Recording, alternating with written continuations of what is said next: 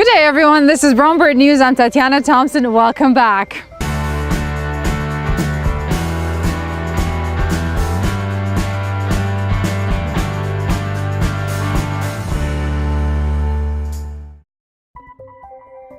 Recently, ants have become quite a problem around hummingbird feeders. I've received a few emails from you asking me how to prevent them from getting inside the hummingbird feeders. The problem with them is that once they get inside the feeder, they drown, they die, and then they release this acid that's absolutely toxic. So here are a few things that work for me in my backyard. So with a feeder like this, I know there is an inbuilt ant moat, but the problem is that my nuthatches and chickadees use this as a source of drinking water. So they would empty that in no time, and then it's free for all for ants. So here, when I use a piece of chalk like this, one of my sons actually, and I draw all around the areas where ants have to cross to get to the feeder, like this. Once that's done, ants won't be able to cross the chalk line to get to the hummingbird feeders. This you'll have to do on a regular basis because the chalk does wash away with the rain. And then another trick that I learned is using something that probably most of you have in your household. It's just regular ground cinnamon. So basically cover the feeding ports with tape and then sprinkle the cinnamon all over the feeder, like this.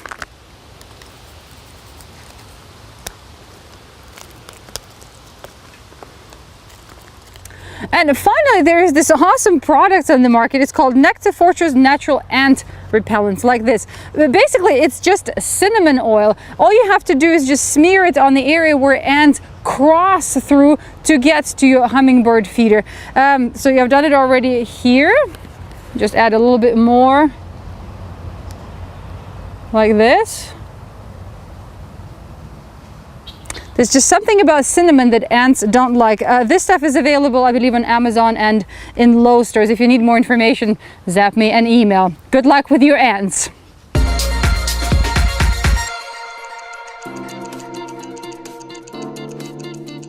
Remember, a couple of episodes ago, I showed you my selection of plastic lids that I use as bird baths. Well, if you don't want to buy another piece of plastic and you want to have a fun project to do at home, Corrine van der Grootevin from Ontario has prepared a fun slideshow to show us how to make your own bird bath. Here it is. You will need to start your pile of sand to work on. Prepare a deep veined leaf such as rhubarb, a wheelbarrow, gloves, water, and a mask. You do not want to breathe in the cement dust. Slowly add water, mixing until a consistency of a stiff muffin mixture. Add very small amounts of water at the end, as too much water will make the concrete run and become too thin. Form a mound of sand slightly smaller than your leaf and roughly the same shape as your leaf. The high mound in the middle will become the basin for your water. Lay your leaf vein side up over your shape in the sand. The veins need to be in contact with the wet concrete to give you the pattern of your leaf. Place a small leaf under at the base to catch the overflow. This will give a nicer finished look. With two hands, begin scooping concrete, placing it gently on the highest middle spots of your leaf, adding more on top until you have roughly made the shape of the leaf, keeping the concrete thick and well away from the edge of the leaf.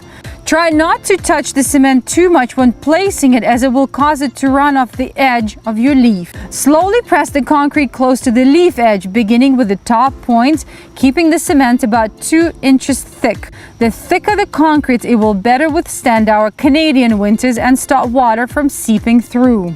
At this point, you will want to add more cement to the center again to add enough to press to the edges, keeping the thickness. Gently using 2 fingers, stroke the concrete in an upwards motion until it comes close to the edge of the leaf. This will remove any air pockets and give a nice finish to the underside of your bird bath. Continue until the perimeter is smoothly seamless. Add another double handful of concrete gently onto the middle top.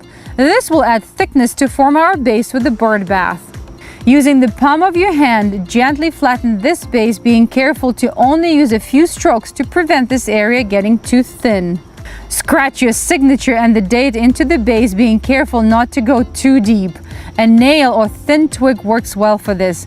This must stay dry with no rain for at least 6 hours. Gently cover with plastic in case of rain. After 3 days, gently remove your piece from the sand mound. When dry, peel off the leaf. Use any leaf that has a strong vein to make your bird bath. If you have made them thick enough, you may leave them out for the winter months to be used as a bird feeder or plant with succulents. When using as a bird bath, I like to add a piece of driftwood, water plants, and a feeder goldfish to eat mosquitoes. Floating candle is nice for evening entertainment. A few years ago, Betty Monroe and her husband, who live on the beautiful shores of Georgian Bay, Ontario, built a couple of nesting boxes for common mergansers. Last year and this year, they also noticed that red-breasted mergansers were trying to use the boxes. The problem is when one species would lay eggs, the other one would come and throw the eggs out or lay their own eggs on top of the other eggs and just abandon the clutch. Betty and her husband have had to open the boxes to find unhatched eggs. So they're looking for advice. Hi Betty. I read with great interest your email about the perceived competition between the pair of common mergansers and red-breasted mergansers over the single nest box installed in front of your home in Georgian Bay. Mainly because I'm truly puzzled by it. You see, while common mergansers readily nest in natural cavities in trees and of course artificial nesting boxes, red-breasted mergansers do not. The latter are definitely not a hole nesting species, preferring instead to build their ground nests in a number of locations beside water, including under shrubs or drooping coniferous trees and in dense marram grass. They do like to have vegetative cover over their nests and even create tunnels in the grass for sneaky quick escapes. I checked both species accounts in Birds of North America online, which were written by experts who study these birds closely. While it is true that red-breasted mergansers readily engage in egg dumping, whereupon they lay their eggs in other ducks' nests, I could not find any record of them doing it in the cavity nests of common mergansers. Now, to be fair to you, the females of both species resemble each other a great deal. Is it possible you're somehow mistaken in your identity of the red-breasted merganser female? Also, common mergansers quite regularly lay their eggs in the cavity nests of other common mergansers as part of their breeding strategy. That certainly would make more sense to me. Whether they're one species or the other, though, doesn't solve your problem of the ducks abandoning their clutches of eggs and not producing any ducklings whatsoever. So here's what I'd do. Install a second identical nest box a short distance away from the one you have now. Common mergansers are not territorial around their nests, and it's likely that both boxes will be used simultaneously by the ducks, providing you with double the number of ducklings and double the pleasure.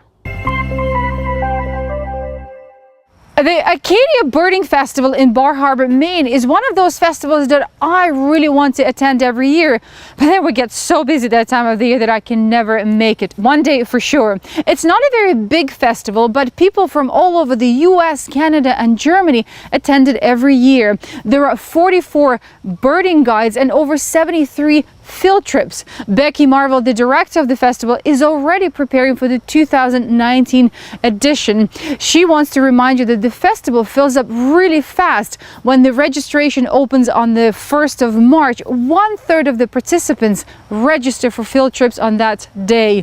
So as she says, the early bird gets the worm. So if you're thinking of attending a birding festival or visiting the beautiful coast of Maine, consider the Acadia Birding Festival. It will take place from May 30th to June 2nd. Mark your calendar for the 1st of March when the registration opens.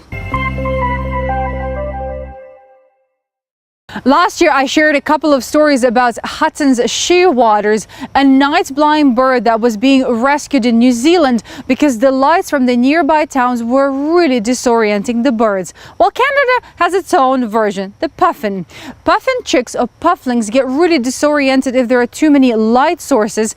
Thankfully, the life of pufflings in Bay Bulls, Newfoundland is a little bit easier. Since 2004, every August, Jürgen Schau has been traveling from Berlin, Germany to Newfoundland to collect pufflings at night, keep them safe overnight, and then release them in the morning so they can forage for food during daylight.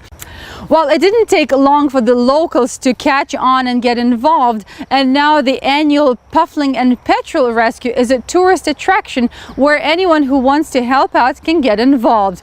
So if you're visiting that part of Newfoundland, contact O'Brien's Whale and Bird Tours and they can show you how you can help. The Swiss have always been known for their incredible efficiency, but in this case it's actually harming the birds. Swiss farms and open areas have become so clean and so well maintained that there is nothing left for ground nesting and ground feeding birds to eat. The skylark is one of the birds that has been in steep decline there, as well as lapwings, because their habitat has become way too pristine.